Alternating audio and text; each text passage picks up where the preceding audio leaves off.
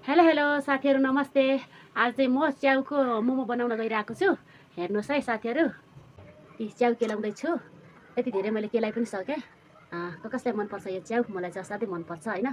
हामी च्याउ बन्दा मिक्स गरेर मोमो खान्छौँ। यो हो बन्दा, यो टमाटर, यो प्याज, यो धनियाँ अनि यो हो च्याउ। र चाहिँ च्याउको किमा चाहिँ रेडी भइसक्यो है। च्याउसँग मिक्स गरेको सबै चिजहरू। च्याउ चाहिँ तरकारी मात्र खाइँदैन, मोमो पनि खाइन्छ साथीहरू। सक्नेले गर नसक्ने पर सारा यो देश मेरो पनि होइन र। सक्नेले गर नसक्ने पर सारा यो देश मेरो पनि होइन र। मेरो मोमो बनेर रेडी भयो साथीहरू।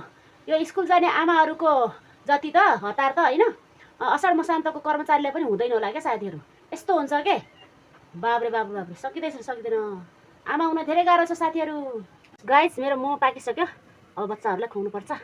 मोमो कस्तो छ बच्चाहरू? मिठो। ल खाऊ, टन्न खाऊ है। यो हो टमाटर र धनियाँ, लसुन, टिमुर, अदुवा सबै मिक्स चटनी। यो मेरो मोमो। अब म खाएर टेस्ट गर्छु है साथीहरू। यो हो मोमो, अब म टेस्ट गर्छु है खाएर।